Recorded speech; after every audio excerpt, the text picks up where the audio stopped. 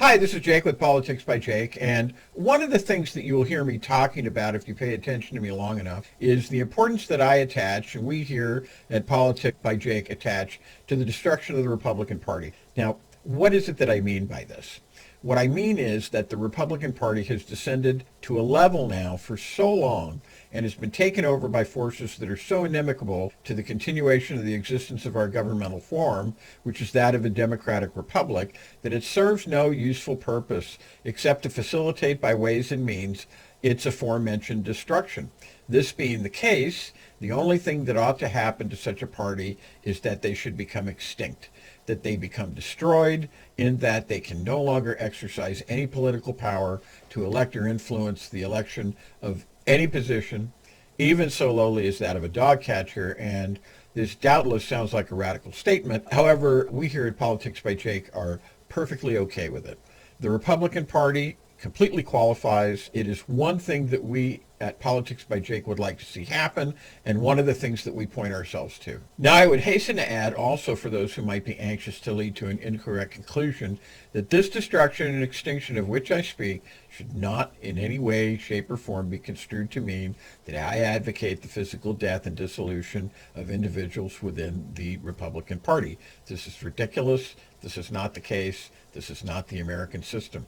What I want to see and what I work for is the destruction of this party, as I said, that it can no longer operate as a viable political force in this country. Now that we've gotten this out of the way, I will further point out that this is not the first time that a major party has become extinct. I could mention several within the American system, but the one that I want to mention right now, for what it's worth, is the Federalists. Now, the Federalist Party, to make a long story short, destroyed itself because it was seen to commit treason in the eyes of the people.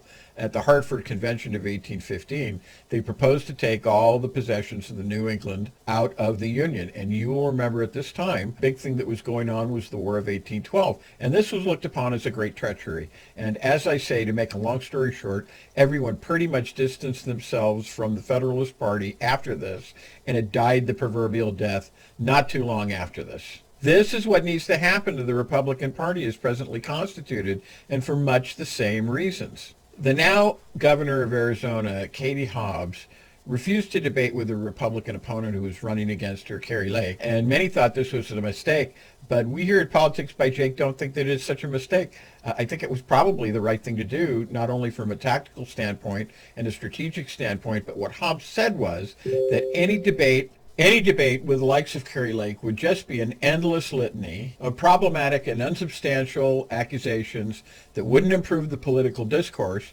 And I must say, I find myself agreeing with Governor Hobbs on this score. Why do I say this? Well, recently I was reading a speech that Abraham Lincoln gave at the Cooper's Union on the subject of whether the federal government was proscribed, which means they can't do it, from interfering with the state as far as matters of slavery were concerned. Now, I don't intend to go into this. It is not the topic to talk about slavery here today, but I recommend the speech to you for other reasons, and you can find it here if you really want to read it.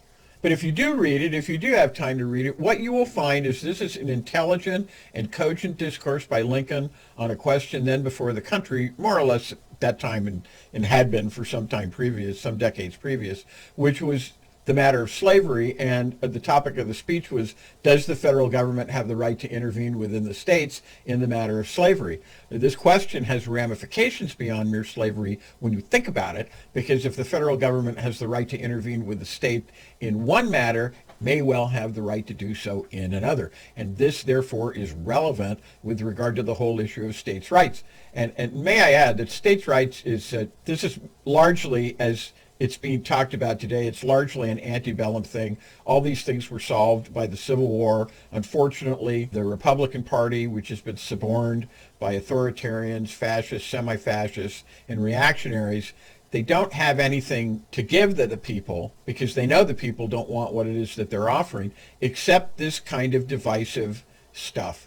And that's why it's coming up again. That's why they're doing it again. So getting back to this whole issue of states' rights, which I've just qualified, is the matter that is much more before us now, which is the federalization of elections because of the rogue elements within the Republican Party. In some states that want to elect secretaries of states and board of electors that will decide whether they are going to acknowledge the will of the people. They'll decide whether they're going to acknowledge the will of the people within their state with regard to a candidate or just go their own way and elect the person that they want to elect. And as I said, this is ridiculous. This is crazy. But that's the situation that we find ourselves in this incredibly degraded form of the Republican Party in many of the states. And the Cooper's Union speech speaks to this. And this is what we need in this country. We need intelligent debate. Talking with rogue elements who spin endless conspiracy theories and fantastical proposals. They're neither provable or unprovable or greatly problematic of proof. And another thing on this is the proof, regardless of whether it can be had or not had, it's not immediate. This is the idea of sowing these kinds of theories in the minds of some people. You can't immediately disprove them. They may be sprung on you in the middle of the debate because they're so fantastical. This is known as the big lie. Hitler famously said to his propaganda chief, Joseph Goebbels, lies, tell them lies. The bigger, the better. Sooner or later, something is bound to stick. And these things call for the overthrow of the government.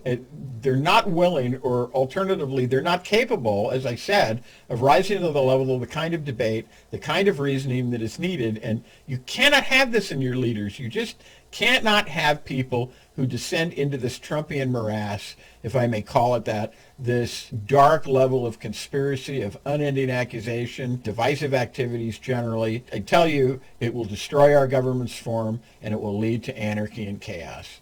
So as I said, I support what now Governor Hobbs did. There might have been, certainly, purely strategic and tactical reasons for doing so. And I understand that in a political campaign, those things are always going to be an issue.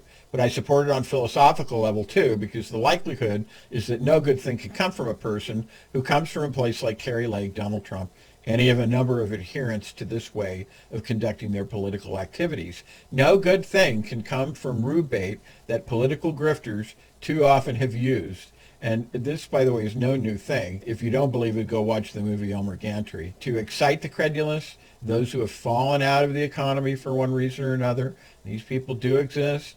Those who may have given up on their own dreams and or instead are susceptible to focusing their dreams and displacing their dreams onto an individual instead of themselves, which is absolutely, positively the wrong thing to do. Nevertheless, some people do give up on their dreams in despair, and we see this happen. Throughout history, there have been names for such people. The Romans called them the mob. Marx called such persons the lumpen proletariat, or rags. Lumpen in German means rags.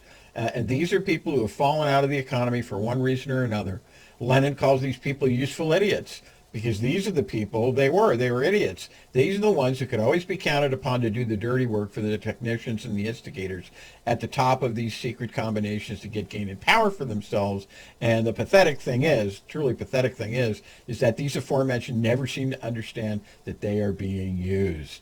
And finally, in the 20th century parlance, they have also been called suckers, because they are able to be persuaded by clever manipulation, one of which tactics is the sowing of this aforementioned rube bait among them, so they will act against their own plain interest. If I have my choice, I stand for the Constitution of the United States. I stand for the American system. I do not stand for and support this aberration which has been brought to bear since the so-called Reagan Revolution of the 1980s. I am completely against it. We here at Politics by Jake are completely against it.